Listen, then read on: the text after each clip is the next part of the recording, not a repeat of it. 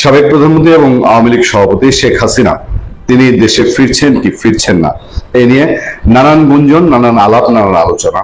শেখ হাসিনা দেশে ফিরবেন বলে তিনি নিজে প্রথম ঘোষণা দিয়েছেন। এর আগে আপনাদেরকে মনে করিয়ে দেই, আওয়ামী লীগের সাংগঠনিক সম্পাদক নাদেল, শফিউল আলম নাদেল, সিলেট অঞ্চল, সিলেটের বাড়ি, সিলেটের নাগরিক, তিনি 2024-এর পর তিনি নিজে ঘোষণা দিয়েছিলেন মার্চে শেখ হাসিনা দেশে ফিরবেন, সেরকম একটি ঘোষণা ছিল। তারপর 25 পুরোটা গেল, 26 শুরু হয়েছে, এই নিয়ে আর পরে আলাপ হয়নি।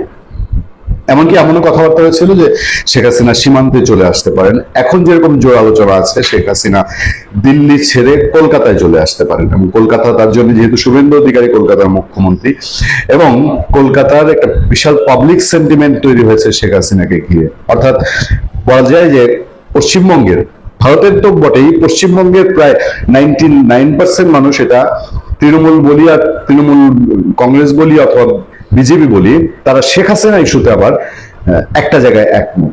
সেই প্রেক্ষাপটে শেখ হাসিনা নিজে ঘোষণা দিচ্ছেন তিনি ফিরবেন।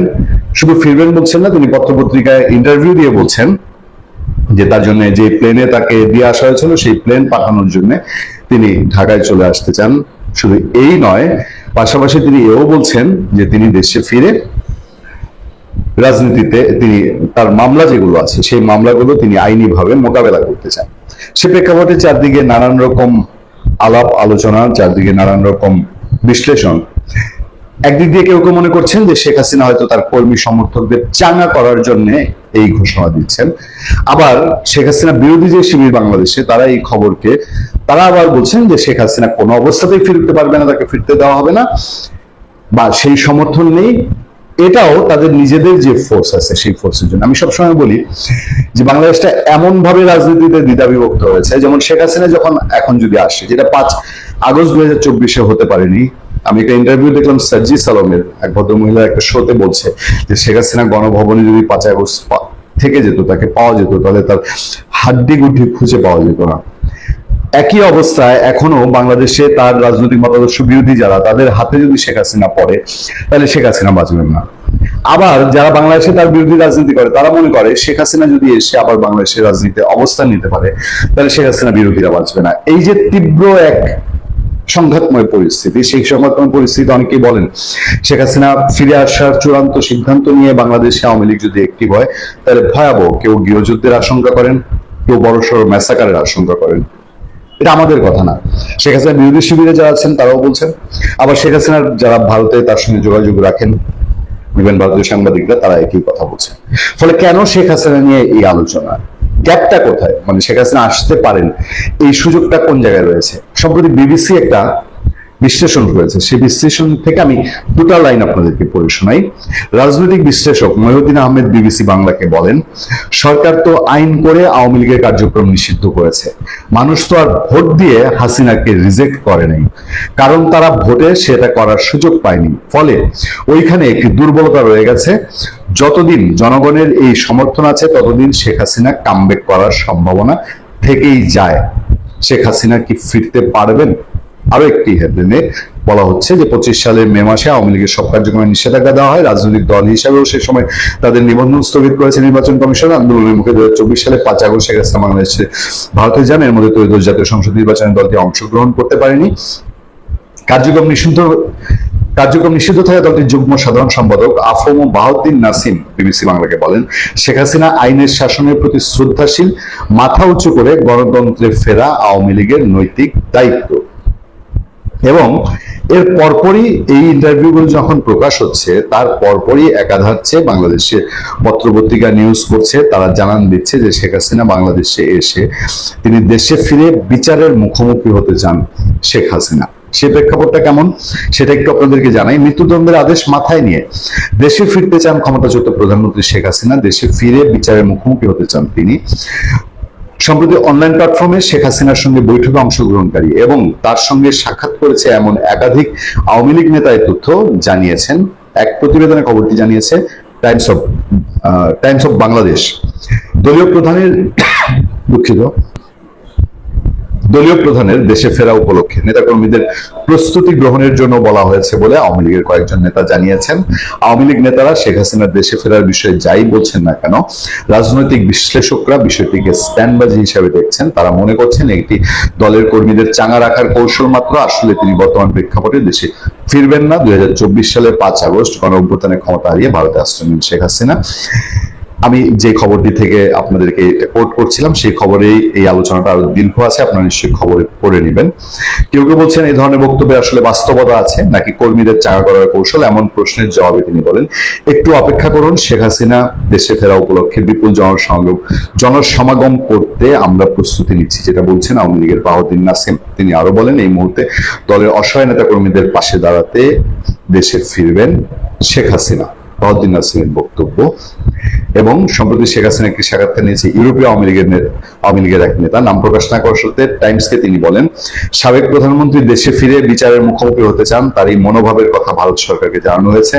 এমনকি তিনি আগামী 15 আগস্টের আগে দিল্লিতে বাংলাদেশ হাই কমিশনের কাছে ট্রাভেল পাসপোর্ট চাইতে পারেন। যেখান থেকে আলোচনা এসছে যে শেখ হাসিনা 15 আগস্টের আগে দেশে ফিরছেন।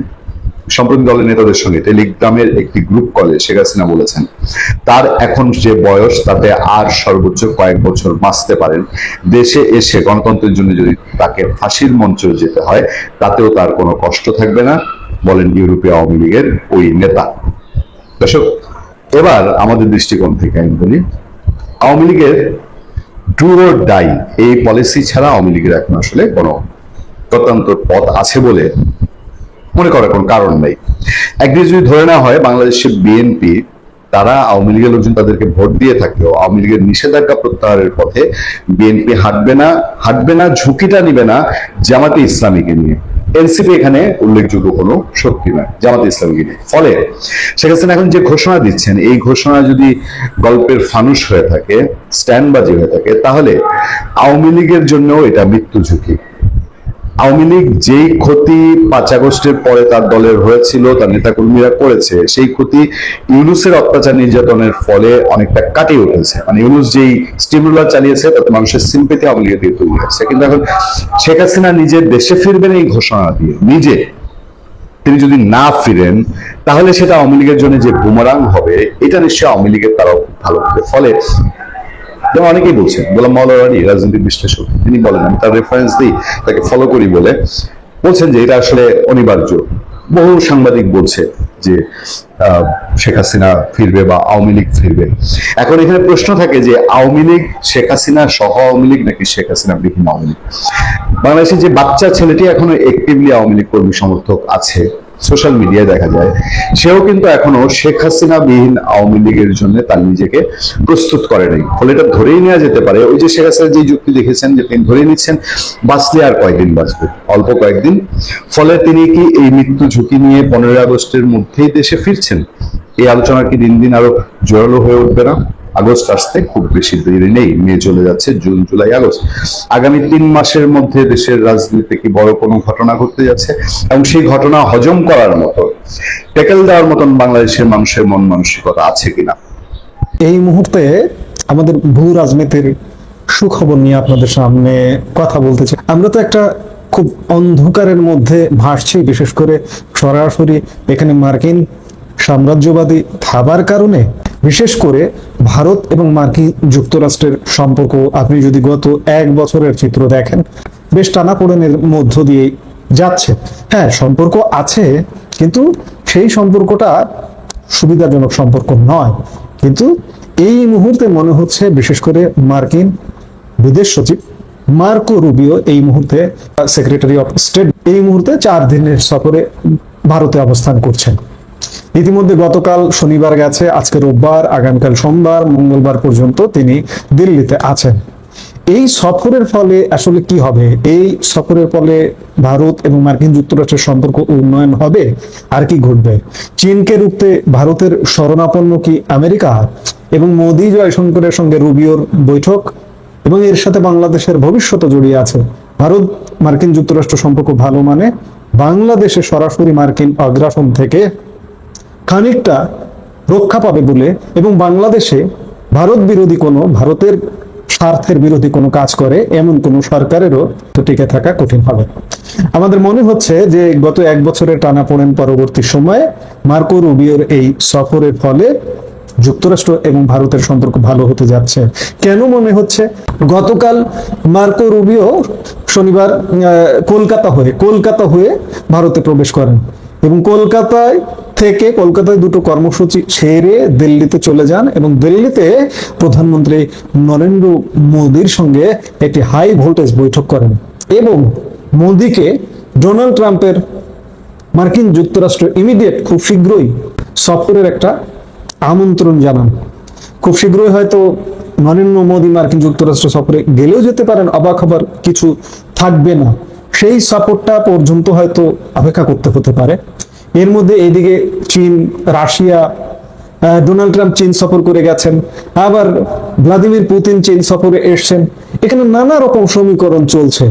আবার মার্কিন যুক্তরাষ্ট্র যখন ভারতে আসছে, আবার চীনের প্রেসিডেন্ট শি জিনপিং যদি ইমিডিয়েট ভারত সফরে আসেন, তাহলেও কিন্তু অবাক হবার কিছু থাকবে না।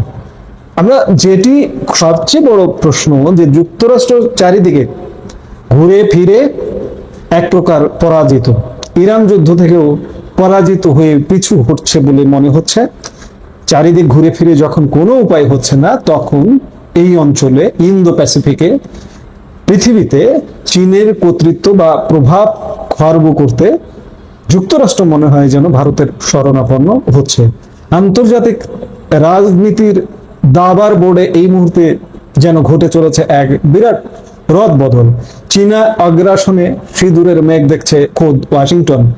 আর এই ড্রাগন ভীতি থেকেই ভারতের সঙ্গে সম্পর্ককে এক নজিরবিহীন উচ্চতায় নিয়ে যেতে চাইছে মার্কিন যুক্তরাষ্ট্র। আজকে ভারতের বিদেশ মন্ত্রী এস জয়শঙ্করের সঙ্গে এক অত্যন্ত তাৎপর্যপূর্ণ বৈঠকে মিলিত হলেন মার্কিন বিদেশ সচিব মার্কো রুবিও। আর এই বৈঠক থেকেই বেইজিংকে এক অত্যন্ত কড়া এবং স্পষ্ট বার্তা দিয়েছে হোয়াইট হাউস। আমরা বুঝতে চেষ্টা করতে চাই কিভাবে আমেরিকা ভারতকে নিজের পাশে টানছে।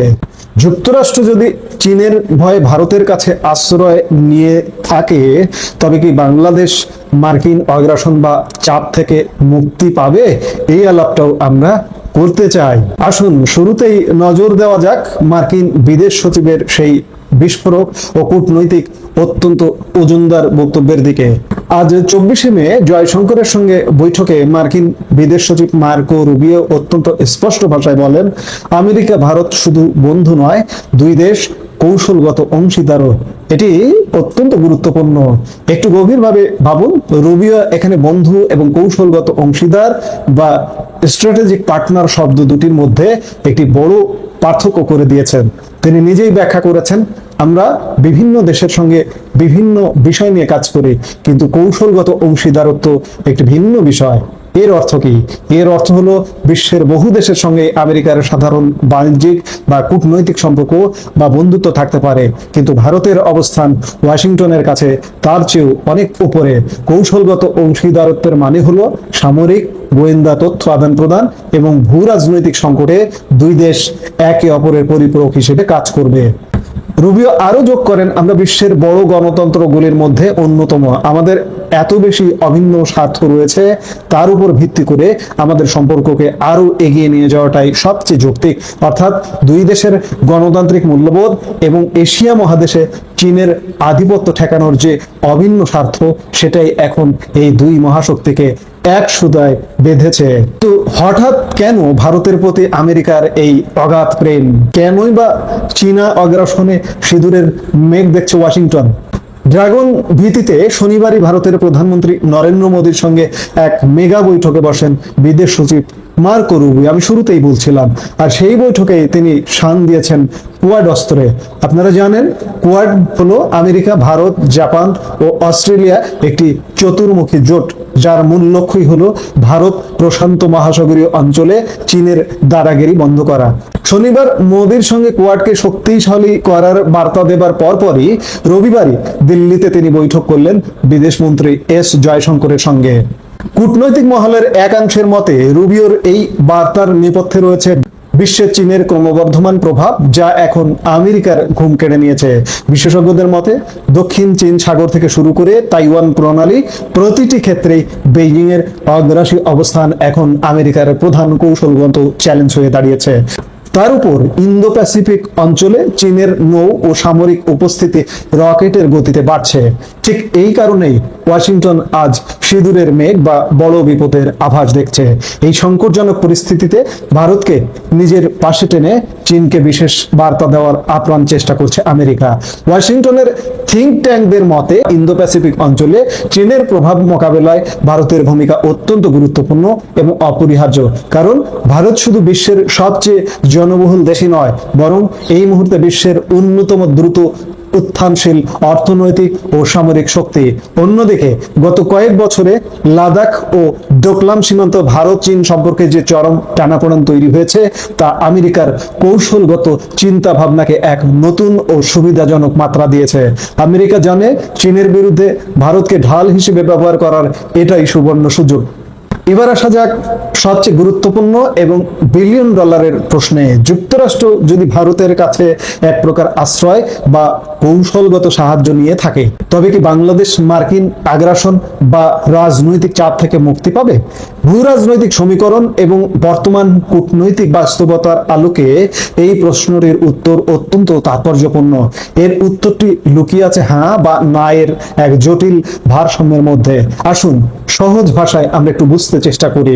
আমেরিকা যদি চীনের আগ্রাসন রুখতে ভারতের উপর সম্পূর্ণ নির্ভরশীল হয়ে পড়ে, তবে দক্ষিণ এশিয়ায় যে কোনো বড় সিদ্ধান্ত নেওয়ার আগে ওয়াশিংটনকে নয়াদিল্লির মতামতকে সর্বোচ্চ গুরুত্ব দিতে হবে। বিগত দিনেও দেখা গেছে বাংলাদেশের অভ্যন্তরীণ রাজনীতি বা ভূ রাজনৈতিক অবস্থান নিয়ে ওয়াশিংটন যখনই অতিরিক্ত চাপ সৃষ্টির চেষ্টা করেছে, ভারত সেখানে নিজের আঞ্চলিক নিরাপত্তার স্বার্থে মধ্যস্থতাকারীর ভূমিকা পালন করেছে। ভারত কখনোই চাইবে না তার প্রতিবেশী বাংলাদেশে এমন কোনো পরিস্থিতি তৈরি হোক যা এই অঞ্চলের স্থিতিশীলতা নষ্ট করে। ফলে আমেরিকার কাছে ভারতের গুরুত্ব যত বাড়বে, ভারতের ইচ্ছাকে প্রাধান্য দিয়ে বাংলাদেশের ওপর আমেরিকার সরাসরি রাজনৈতিক আগ্রাসন বা অতিরিক্ত চাপ প্রয়োগের প্রবণতা অনেকটাই কমে আসবে। এটি বাংলাদেশের জন্য নিঃসন্দেহে একটি স্বস্তির খবর। তবে মুদ্রার উল্টোপিঠও আমাদের দেখতে হবে। যুক্তরাষ্ট্র ভারতের কাছে আসছে চীনের প্রভাব কমাতে, আর বাংলাদেশ ভূ রাজনৈতিকভাবে চীনের বেল্ট অ্যান্ড রোড ইনিশিয়েটিভ বা বিআরআই এবং চীনা বিনিয়োগের একটি বড় ক্ষেত্র। তাই আমেরিকা ভারতকে পাশে নিয়ে যখন এই অঞ্চলে চীন বিরোধী তৎপরতা বাড়াবে, তখন বাংলাদেশের ওপর ওয়াশিংটনের নজরদারি আরো তীব্র হতে পারে।